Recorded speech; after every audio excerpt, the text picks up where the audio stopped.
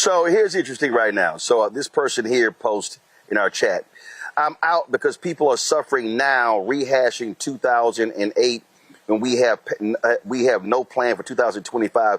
It's foolish right now. HR, you're wrong. You are 100% wrong. And the reason you're wrong is if I am going to diagnose, so let me just use a sports analogy for folks who, you know what, since we had a golf tournament, let me explain y'all how this works. As somebody who's played golf for 38 years, if I keep missing putts and I keep missing them to the left and missing them to the right, you know what I need to do? I need to get a video camera or get a coach who can then look at my swing and then look at the mistakes that I am making and then give me correction to improve my golf swing, my golf putting, so I can actually make more putts. This notion that you can't look at what you did wrong in order to have a plan today is nonsensical. Show me a coach who has a quarterback if the quarterback is inefficient. We're here in Indianapolis, Peyton Manning, Hall of Fame quarterback. So guess what? If Peyton Manning's footwork is wrong, if Peyton Manning's release point is wrong, then he's not going to be as accurate as he needs to be. So you have to actually diagnose the problem by looking at the past to assess how we got to the present in order to fix it in the future. So let's take what's happening in Texas. What are you now dealing with? Republicans have the governor's mansion. They control the Texas House and the Texas Senate. They have a supermajority. So before you can take control of state government, you got to win one. Before you can take over the governor's mansion, the House, and the Senate, you got to win one of them. And guess what? You may not even win the Texas House. You may not win the Texas Senate. But what you have to do is you have to then win critical seats so there's no supermajority. And so now what you then do is, if you're in Texas, see, for all y'all people who keep talk about plan, I'm explaining to y'all how plans work. You then look at the map and say, okay, are there 5 or 8 seats in the Texas House that we can focus our resources to win those seats in the next election, so at least we're not where they have to talk to us. See, right now, Republicans in the Texas House can pass whatever they want. Whether Democrats come back for a quorum, they have the votes. They don't need Democrats. So you have to actually look at, okay, let me examine the map. Okay, you know what? That's too red. Okay, is this a possible pickup seat? Now, how do we organize and mobilize in that district to win that particular seat? That's called a plan of action. But you have to look at what you did before, which now means, okay, do I have the candidates running in all positions? How much money are they raising? Do I have boots on the ground? Do I have district offices and who's doing it? That's a plan of action. See, some of y'all, I see y'all comments. Some of y'all so mad that I critiqued Obama because y'all think Obama is right behind Jesus, when you have to acknowledge that he made crucial mistakes that again affected him, but he impacted Democrats down ballot. So now how do you now restore this? And so here's what I would say. President Obama, why don't you go forth and begin to say, I'm going to raise $10 million, $20 million in order to help Democrats win back the Texas House.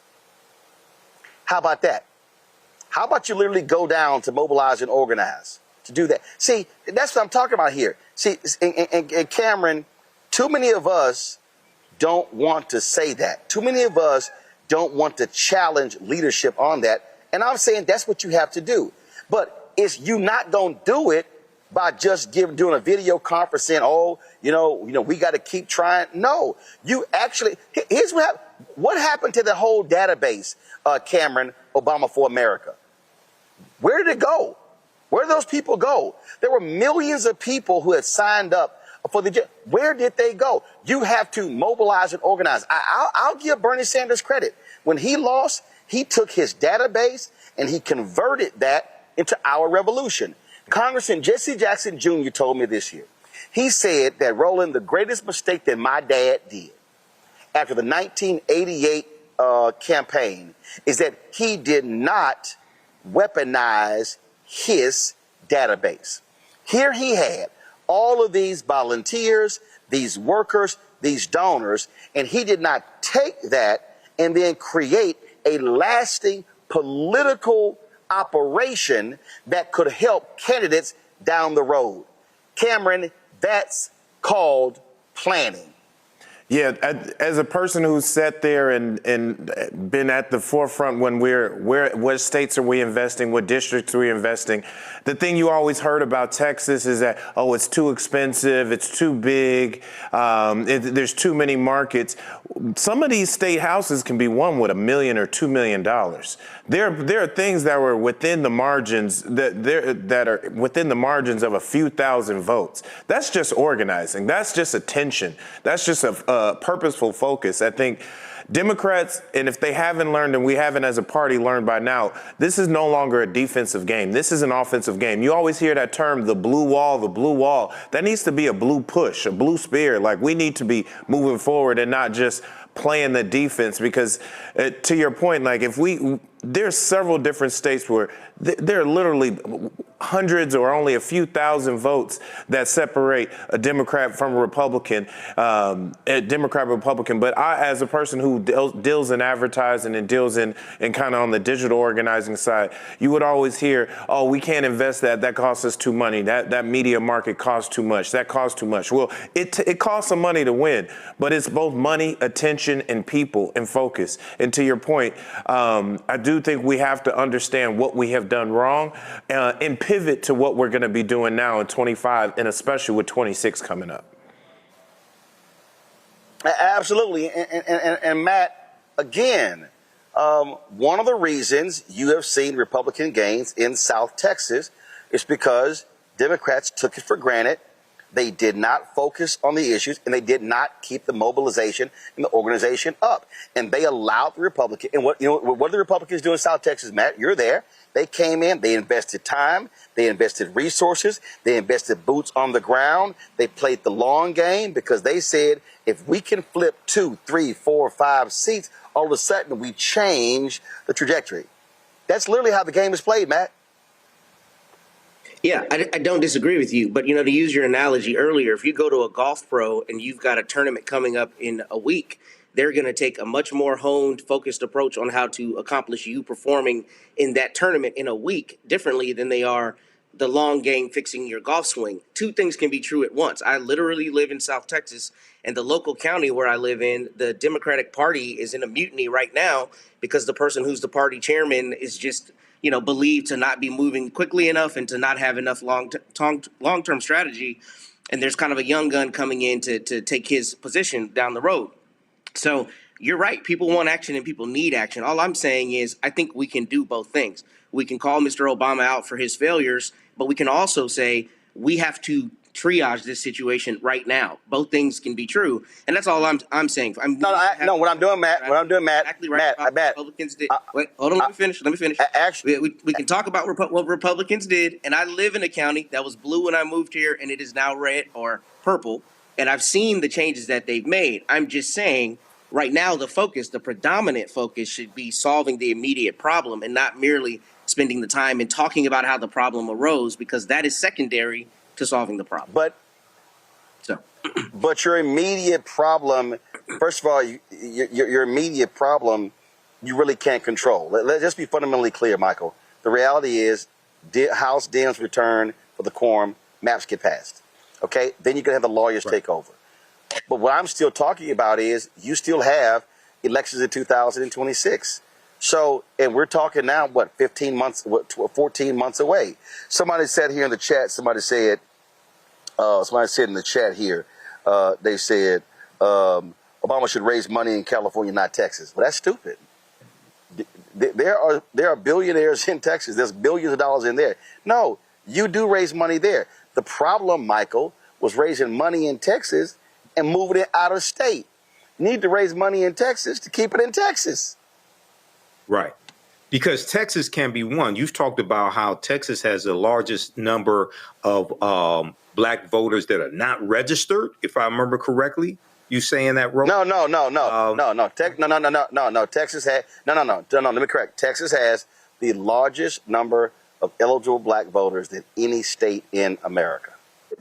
Yeah, eligible black voters, any state in America. And I also remember a few years ago, Beto O'Rourke, if I remember correctly, Beto O'Rourke was talking about how the Democratic Party was not investing the money in Texas, and if they invested the money in Texas, they could win Texas. Okay, yes. So Texas, and what he did was, and what he did, Michael, what he did was he ran against Ted Cruz. He visited all 254 counties, but again, he ran a campaign. When the election is over, it's over. Now he still has his organization, but Texas has look, it's a huge ass state. It's 254 counties. So you have to have massive infrastructure. One person can't do that. That's why you have a party apparatus. That's the whole point. Yeah. And when we had these conversations, like I said, I voted for Obama twice. Okay. If he was running the third time, I'll vote for him a third time. But us having this conversation to look at what went wrong so we can fix it is not bashing Obama. I want people to understand this is not bashing Obama. And the message that he gave to the Texas Democrats from the Texas State House, and unfortunately some of their knees are buckling and they're going to go back. The message was an inspiring message, but we also have to understand how do we get here? What happened in 2010, 2012, 2014? We didn't just get to 2025, overnight. Okay. And so there's multiple parts when it comes to this political game. It's more than just showing up on a particular day voting. Right. It's that infrastructure that's built on the ground, that messages, that engages in people. And this is what Republicans did in Florida. They became part of the community. This is how they got a lot of Latinos to vote Republican in Florida. I saw stories where I'll give you go ahead. Go. I'll give you a perfect example. I saw stories where they were helping the citizenship papers and citizenship forms, things like this. They embed themselves in the communities. Right. I'll give you a perfect example. I guarantee you, after my comments yesterday and last night, you've got some members of the Texas Black Caucus. Boy, they are hopping mad at me. And I'm sure it's some Texas House Dems who are upset with what I had to say. But if you are mad at what I said, what that tells me is you didn't listen to what I said. And that is, these Texas House Dems, they left, they were out 2 weeks, then they're going back. That's it? 2 weeks? The point that I made is they raised expectations.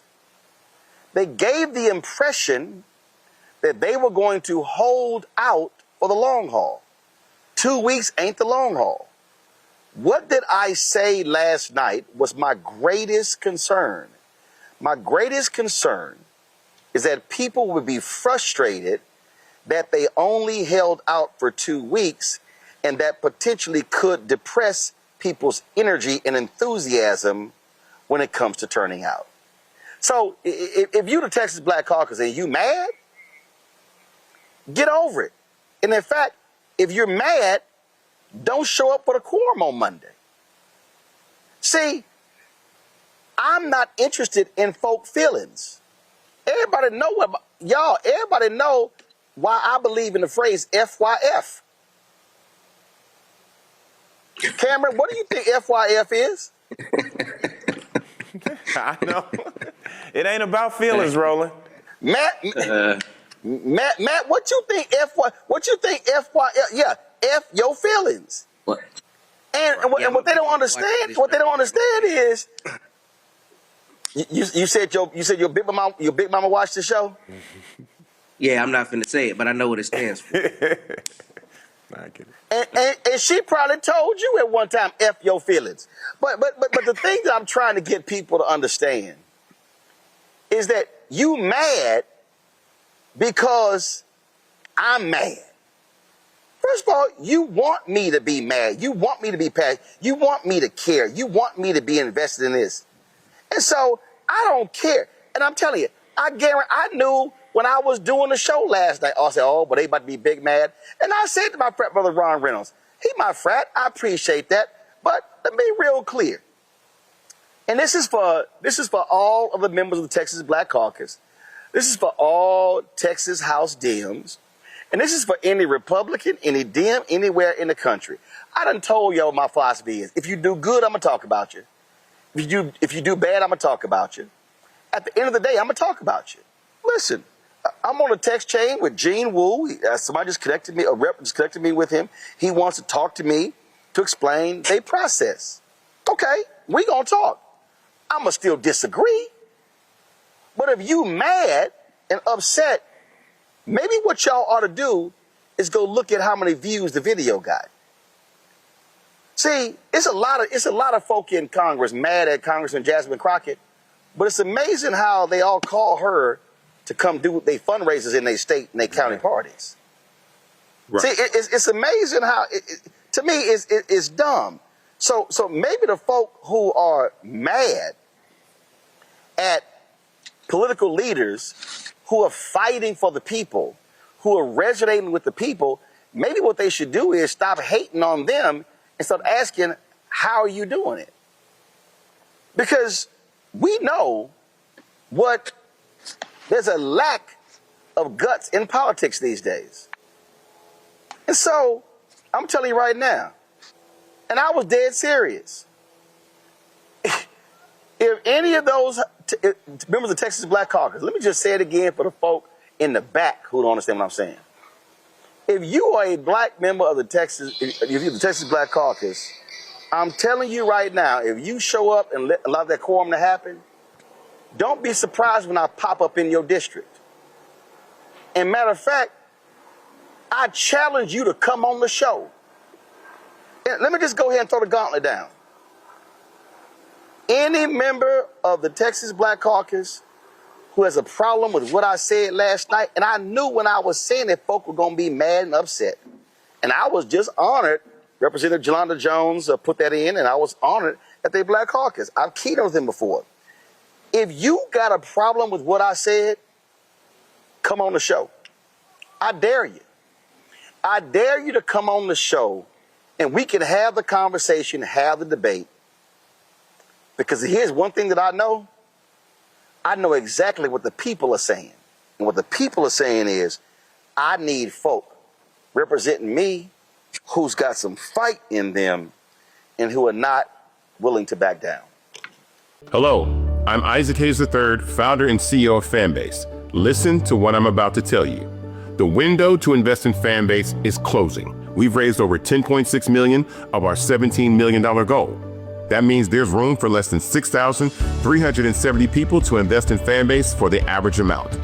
The minimum to invest in Fanbase right now is $399. That makes you an owner in Fanbase today. Go to startengine.com/fanbase to invest. Why? Because current social apps have taken advantage of users for far too long, with content suppression, shadow banning, harmful racist content, and no real tools for monetization and equity. Fanbase has over 1.4 million users and counting, allowing anyone to reach all their following and monetize their content from day one. Social media is the new TV, and whoever owns the apps that distribute that content have the opportunity to own potential billion-dollar companies. While big platforms with uncertain futures are failing to serve their users, Fanbase is stepping up to fill the gap. Don't wait until it's too late. Invest now, invest for yourself and your future. Go to startengine.com/fanbase and own the next generation of social media.